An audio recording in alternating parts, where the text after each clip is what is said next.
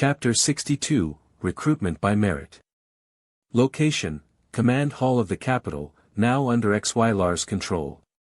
Time, hours after the city was taken. HFY occupied the imposing command chair, the same one Valerius had used for years to dictate his tyranny. General Thrak stood by his side, along with Admiral Vale and the Lord Scientist, reviewing the latest reports.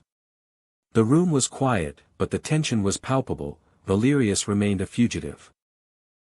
Emperor, the search for Valerius continues in the lower tunnels, Thrak informed him.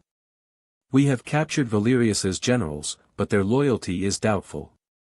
What is the order? Loyalty is not bought, General, it is earned, HFY replied with a cold gaze. Formally arrest the generals. Their time in power is over. We will not trust the high-level generals, at least for now. Later, when everything is organized, they will receive a fair trial and perhaps be released. But for now, they remain in custody. However, their troops do matter to us. We need their experience and their ships. Bring in the mid- and low-level officers who were captured. They are the backbone of the army, they are the ones who truly know the soldiers. Minutes later, the mid-rank officers were escorted into the hall. They were younger, and their desperation was more evident. HFY spoke to them directly, without preamble. I am HFY. And you are in the capital of the hegemony, which is now under our control. Your generals are under arrest. Valerius abandoned you to hide in the sewers, and before fleeing, your leaders executed Elder Primus for incompetence. He paused to let them assimilate the new reality. Your old system devoured itself. You are competent officers. Why should you continue to follow a hiding ghost or generals who allowed this defeat? A young officer spoke with a trembling voice, our troops will follow us, but we are loyal to the hegemony. The hegemony you knew is dead, HFY sentenced. I do not ask for blind loyalty. I offer you something Valerius never gave you, command by merit. You will be promoted to the positions your traitorous generals left vacant. You have fought well, now you will fight for freedom.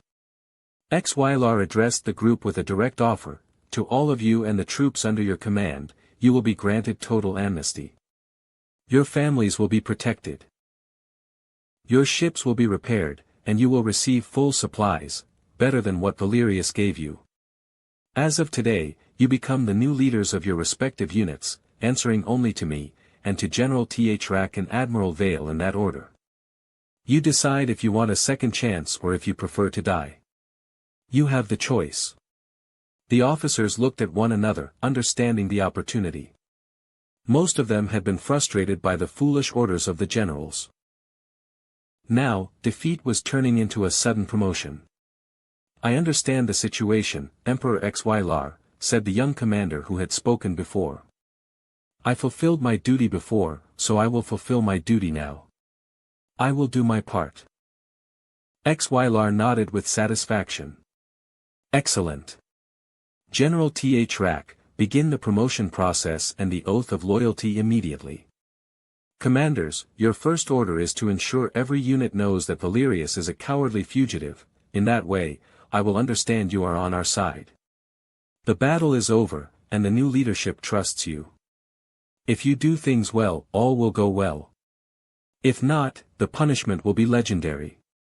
Chapter 63, Strategy at the Galactic Nexus. Location. Stellar Chamber of the New Council, Galactic Nexus. Time, immediately after the successful assault on the hegemony capital. The large holographic screen in the center of the stellar chamber flickered, showing chaotic but victorious images of the assault on the capital. The message was clear, the hegemony had fallen. Solari watched the recordings of the explosions with contained satisfaction, standing alongside Naelth. It is a decisive triumph. HFY has delivered, Solari affirmed, turning to Naelth. This is the exact moment to consolidate our position.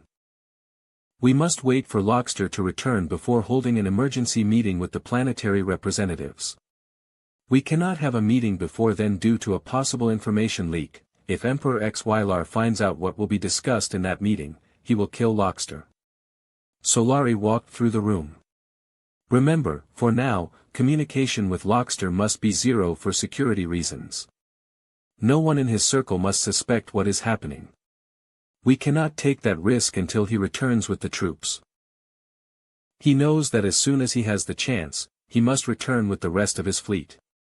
The images he sent confirm that XYLAR won the battle, Naelth commented. That will keep XYLAR focused on the capital and not on us. Exactly. While XYLAR ties his own hands there, we secure loyalty here, Solari said. It is time to install the counter-frequency nodes in as many worlds as possible. That will reassure the delegates and prove to them that we are more than prepared to govern. Basically, we are their saviors, alongside the terrestrials. We cannot deny or omit that. The chamber door opened, and a tall man with a severe face entered. It was General Kalen, the military chief Solari had placed in command of all the Nexus defenses. General Kalen, just in time, Solari said. I want you present when the delegates arrive. It is vital that the planetary representatives meet you and understand that the military power protecting us is real and is here, under our command. Your presence will give them the security that the old and weak council could never offer. Kalen squared his shoulders.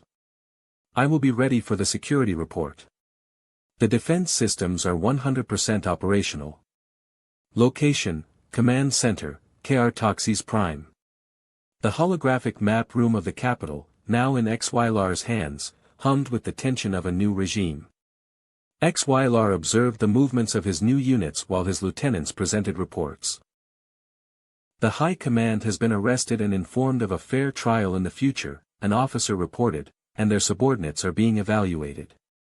We have recruited 3/4 of the squadron captains and half of the lieutenants.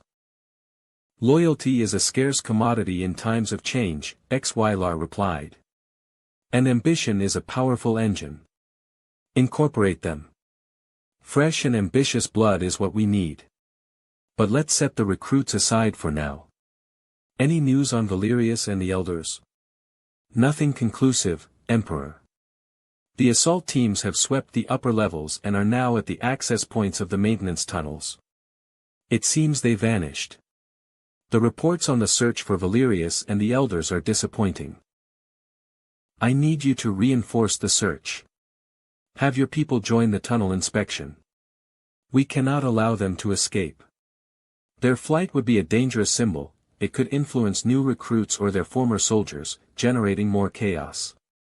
We need to organize the Empire as soon as possible. Just then, Lockster took the opportunity to speak.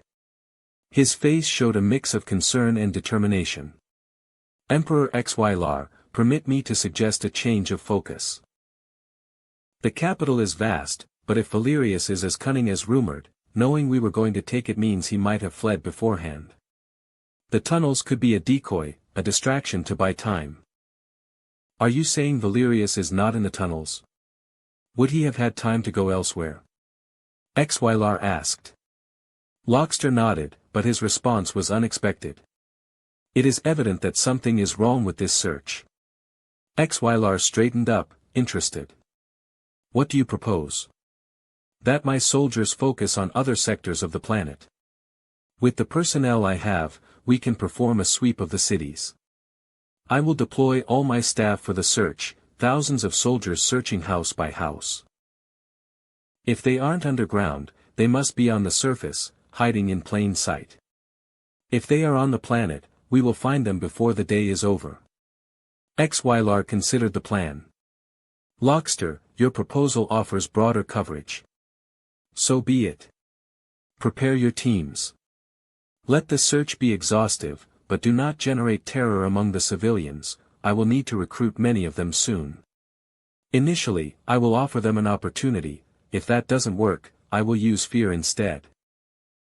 Let there be no corner of this planet where we do not look.